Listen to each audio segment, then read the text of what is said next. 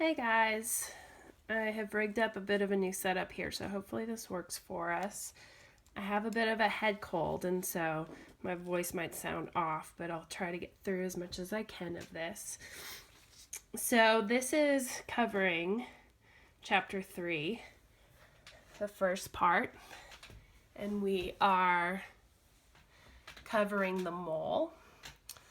The mole is an important topic in chemistry, and it's basically a way of dealing with the fact that atoms are really small. And so when we're counting atoms, it's difficult to count individual atoms because there are so many in a sample of something. And so, for example, I think I have examples later, but here, let's just look at the standard definition. Is the amount of a substance that contains as many particles as there are atoms in exactly 12 grams of carbon-12. And so this is how they define that, and we're going to work on explaining what they actually mean. Avogadro's number is the number of particles in exactly 1 mole of a pure substance. And so Avogadro, this is him right here, calculated this number. And so he calculated the number of atoms that would be in exactly 12 grams of carbon-12. And so that number is 6.022 times 10 to the 23rd. So it's a huge number because we need a huge number when we're dealing with very, very tiny atoms. So just like at least here in America, we package our eggs in terms of dozen. And so if you go to the store, you buy a dozen eggs. They're packaged in terms of 12. And so that's how eggs can be counted.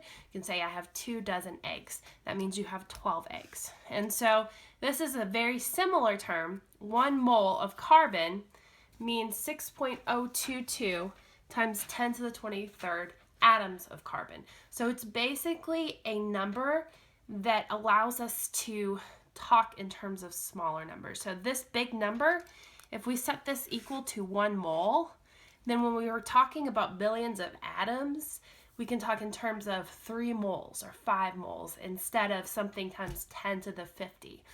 And so this helps us in calculating and in quantifying the amounts of substances that we have. I'm not starting in the beginning of the notes for those of you following along, because the first part is fairly self-explanatory. And so let me know if you do have any questions on that. I'm just starting with the mole because these are the calculations that we have. And so we're going to go over some of the introduction and then go through the calculations. So the mass of 1 mole of a pure substance is called the molar mass of that substance. And so by defining it according to carbon-12, then it turned out that everything on the periodic table is then equal to, the mass of 1 mole is equal to this number here, this average atomic mass.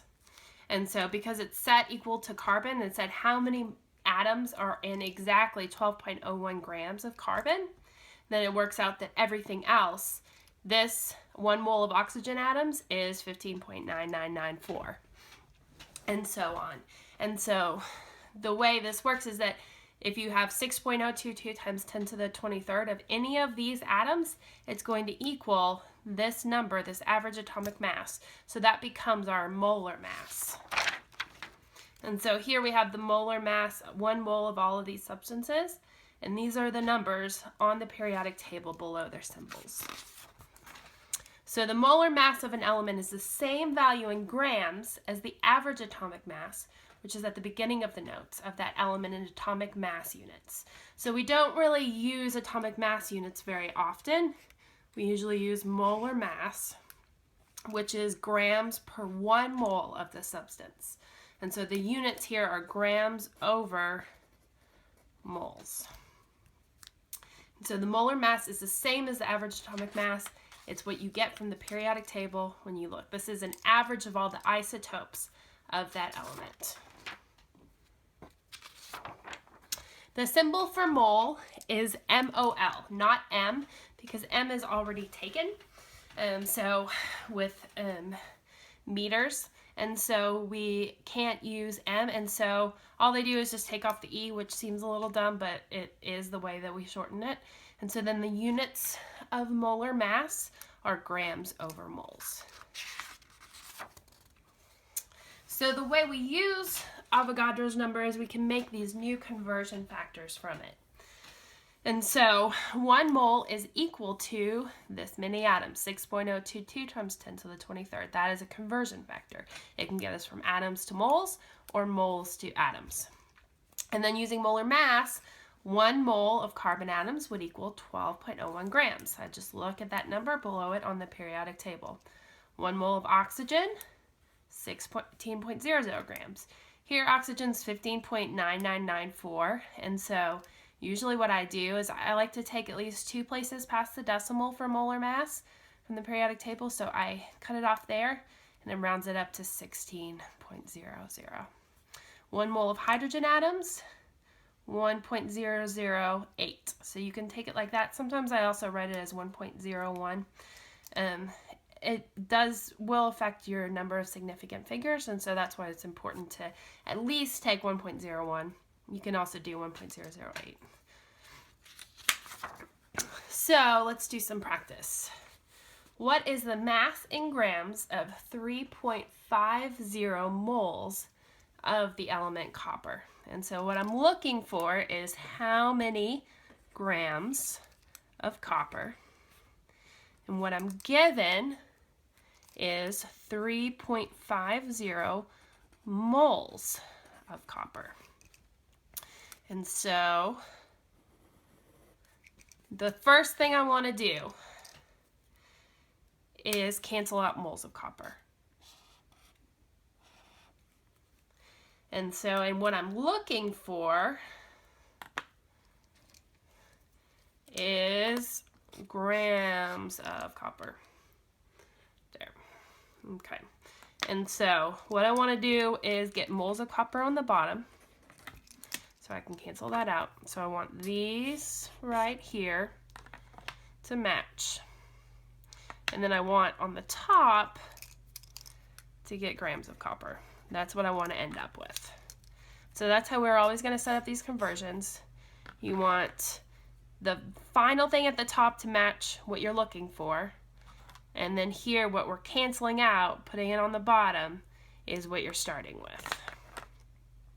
And so the definition here for molar mass for copper, if I look at the periodic table, it's about 63.546, so I will round that to 63.55. That's how many grams of copper is equal to 1 mole of copper.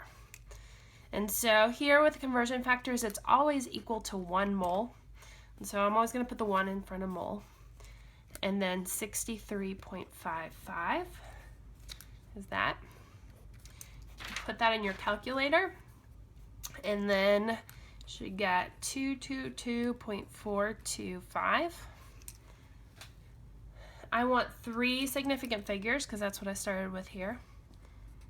And so I'm going to cut it off to 3 significant figures. Don't need to round that because it's less than 5. And so I get 222 grams of copper. And that is my answer.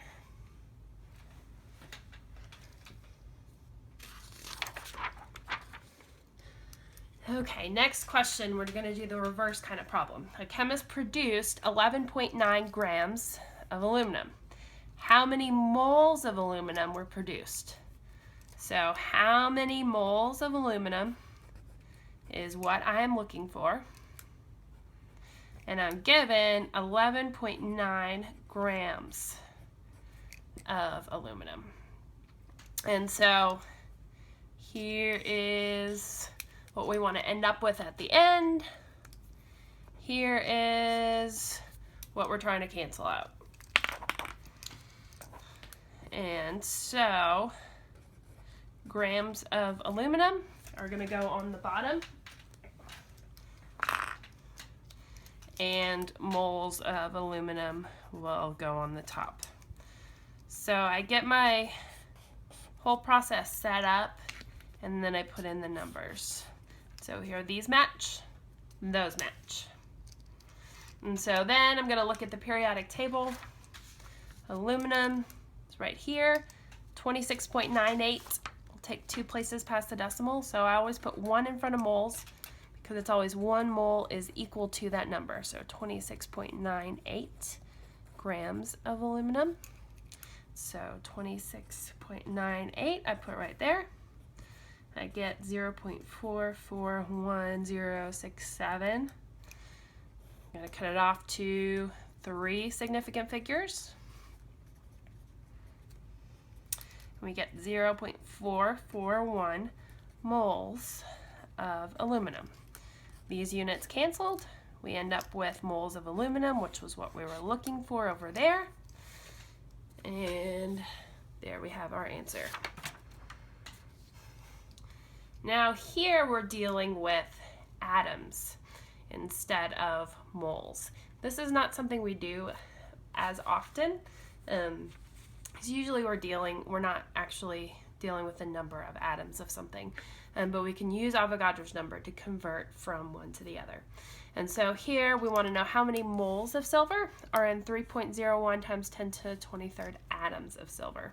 So I'm going to say how many moles of silver, and I'm starting with 3.01 times 10 to the 23rd atoms of silver.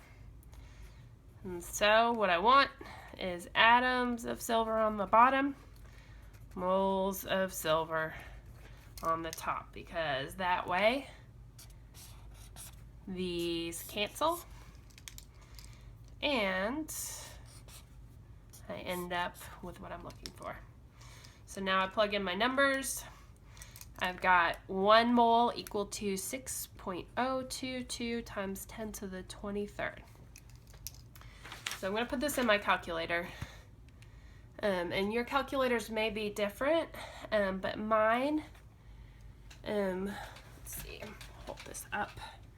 So hopefully you guys can see it. The light's not great. So I'm going to put in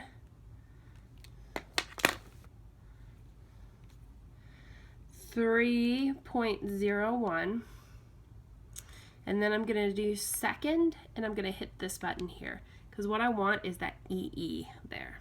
You might have just an EE button on your calculator, but I have to hit second and then x to the minus 1 in order to get it. And so then I'm going to put 23 divided by 6.022, and then I'm going to do second, x to the minus 1 to get the EE to 23. So you probably cannot see my calculator very well. I cannot see it in the screen. Well, there you go.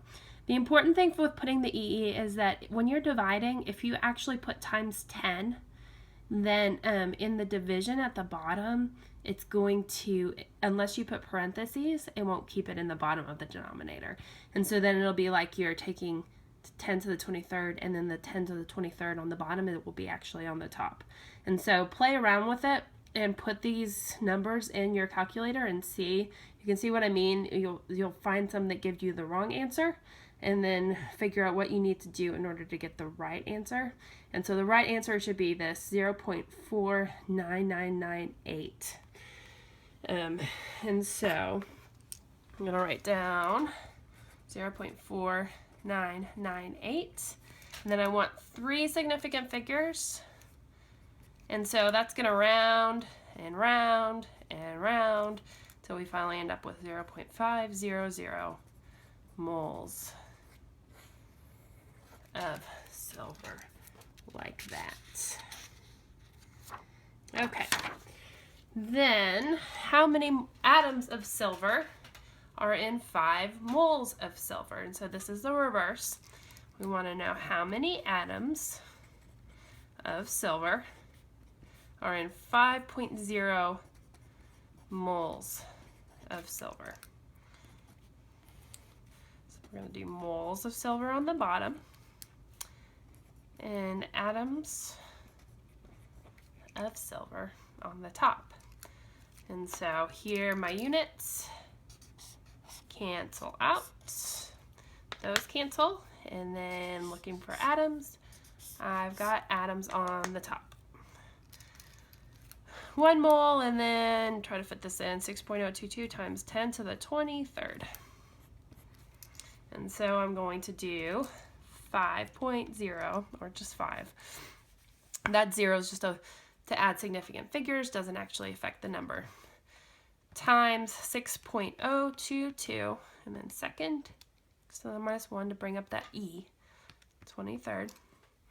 So I get 3.011 times 10 to the 24th, but I only want 2 significant figures, so I'm going to cut it off. 3.0 times 10 to the 24th atoms of silver, like that. Okay, last problem here. What is the mass in grams of 1.20 times 10 to the 8 atoms? And so what we're going to need to do here, we're going from atoms to grams. But in order to get there, we're going to have to go through moles, because you can't go straight from atoms to grams. We don't have a conversion factor to do that. And so this is going to be a 2-step process. First, we'll go from atoms to moles, and then we'll go from moles to grams. And so how many grams of copper? I've got 1.20 times 10 to the 8th atoms of copper. Atoms of copper. Might run out of room here. Go from atoms to moles. And so what I'm doing here, so I want grams on the top, but I can't get there right away. And so I'm definitely going to put atoms of copper on the bottom, but I can only go to moles of copper. And so this is our intermediate place here. So, and then once I do that, I can go from moles of copper to grams of copper. And so then moles will cancel, and we end up with grams of copper. So I'm going to plug in my conversion factors. 1 mole of copper is equal to 6.022 times 10 to the 23rd atoms of copper. 1 mole of copper is equal to 63.55 grams of copper. And so I'm going to put all that in my calculator. And this is where you want to make sure you're putting it in right. 1.2 EE8, and then multiply everything on top. So I'm going to do times 63.55. I'm going to equal that out just to make sure, but you can probably go without doing that. I'm going to divide by 6.022 EE23. If you did a times 10 to the 23rd there, unless you put parentheses around it, it would think that times 10 to the 23rd was in the numerator up there, and then you would get the wrong answer. And so practice this, make sure you're getting the right answers for these numbers. And so you should get 1.26636 and more numbers times 10 to the negative 14. I'm going to get 3 significant figures, and so I get 1.27 times 10 to the negative 14 grams of copper. So play around with that. Make sure that your calculator gives you the right answer. And if your calculator is different, just figure out the method that you need in order to get the right answer for these kinds of problems. Always feel free to email me, and I can help you figure out your calculator. Okay, now we're just going to look at molar masses of compounds. So this is the same concept, but we're dealing with molar masses of several atoms represented in formulas of a compound. And so here, what is the molar mass of barium nitrate? And so basically what we're doing here is just adding up all the pieces to get the whole molar mass. So we want to figure out how many atoms we have of each. So we've got 1 barium, nitrate here, this is a polyatomic ion, and you've got 2 of them. So that means you have 2 nitrogens. You've got 2 nitrogens, and you've got 2 times 3, 6 oxygens. And so I'm going to take 1 barium. So from the periodic table, I get 137.33. And that's grams per mole. And 2 nitrogens, that's about 14.01 grams per mole. And 6 oxygens, 16.00 grams per mole. I'm going to add all those together, and you should get 261.35 grams per mole. So it can take a little work, but it's really just adding everything up, making sure you have all the pieces. So then we can do the same kind of problems with that. So calculate the mass in grams of 6 moles of CO2. So we want to know how many grams CO2 are in 6.00 moles of CO2. Moles of CO2 on the bottom, grams of CO2 on the top. Here I need to get the molar mass to figure out how many in 1 mole. And so carbon is 12.01, oxygen is 16.00. Add that up, we get 44.01. So I plug that in right here. Make sure everything's canceling. We've got that and that will cancel. Starting out with grams, that. And the other thing you want to do is make sure you're putting the right numbers here. And so the trick is that for these kinds of problems, 1 always goes in front of moles. So it's always 1 mole is equal to whatever that other thing is. Later on, when we do stoichiometry, it'll be different numbers, but I'll point that out. But here, for molar mass, it's always going to be 1 mole is equal to that. Multiply that out, you get 264.06. I want 3 significant figures, so it's 264 grams of CO2, and that is your answer. Next one, calculate the number of moles in 72.0 grams of H2O. So how many moles in 72.0 grams of H2O? It's going to be grams of H2O, 2 moles of H2O. And this is how many moles of H2O. And here's an example where it's good to put all the information you need there, so remind yourself what you're ending up with. And so H2O is 2 times 1.01 for hydrogen, 1 times 16.00 for oxygen, and you should get 18.02. Now you might get different numbers depending on what numbers you get from the periodic table. You might do 1.008 there, and that is fine. Here, just make sure you you always round. So oxygen is 15.9994. Do not cut that off and say 15.99. That is wrong. But you could keep that whole number. And so I usually just do 16.00. Doesn't limit my significant figures because I have these zeros. But I've rounded to cut it off to 2 places past the decimal. So here we have 1 mole of water, 18.02 grams of water, H2O. And so that is going to cancel. We'll end up with moles. Cancel, cancel. I'm going to take 72, divide by 18.02. I get 3.9956. 3 significant figures. That bumps up the 9, which bumps up that 9, which bumps up that to 4. And so we get 4.00 moles of H2O. And this next one, calculate the number of atoms. Okay, this I want to point out something that I forgot to change on this PowerPoint. So when I copied and pasted, I put atoms, but this right here, and we'll talk about this later when we actually deal with compounds in more detail, but this is not an atom, this is a molecule. And so here we're going from atoms to molecules. We're looking for the number of molecules.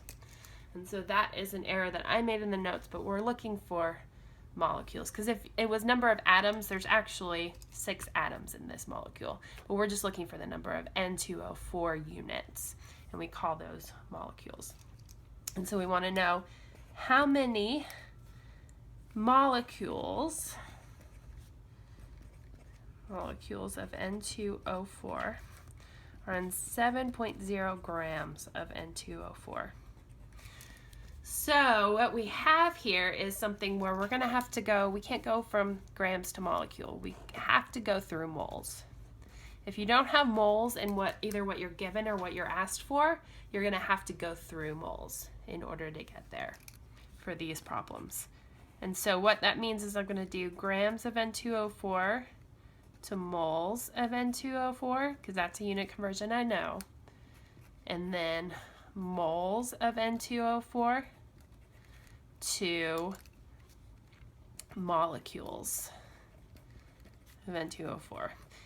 And I would like to abbreviate molecules, but that'll make it look just like mole, so I'll just write out molecules. So here, 1 mole, 1 mole. To get the molar mass, I'm going to do 2 times 14.01 plus 4, 16.00. That should get you to 92.02 grams per mole. So put that right here, grams per mole. And then the number of molecules in 1 mole is always Avogadro's number. It doesn't matter what you're dealing with. So you could have a mole of eggs. It would be 6.022 times 10 to the 23rd. You could have a mole of people. A mole of anything, just like a dozen of anything is always 12. A mole of anything is always that number. So then I'm going to put that in my calculator. And this is one that you want to put in your calculator to make sure you're getting the right answer. And then that will end up with this number of molecules of N2O4. So that should be what you get. Go back and point out that first we canceled out that. Then we went through moles and canceled out moles. And then we wanted to end up with molecules. And that's what we ended up with right there. Okay, the next part is molecular formulas. I am going to stop this video here and upload it. What I would suggest you do is after you watch this, go work on the practice worksheet that I've put in the practice assignments category. Work on those problems and then check your answers and make sure you're good with that. Once you're good with that, then you can come watch the video on empirical formulas and then work on that worksheet. Okay.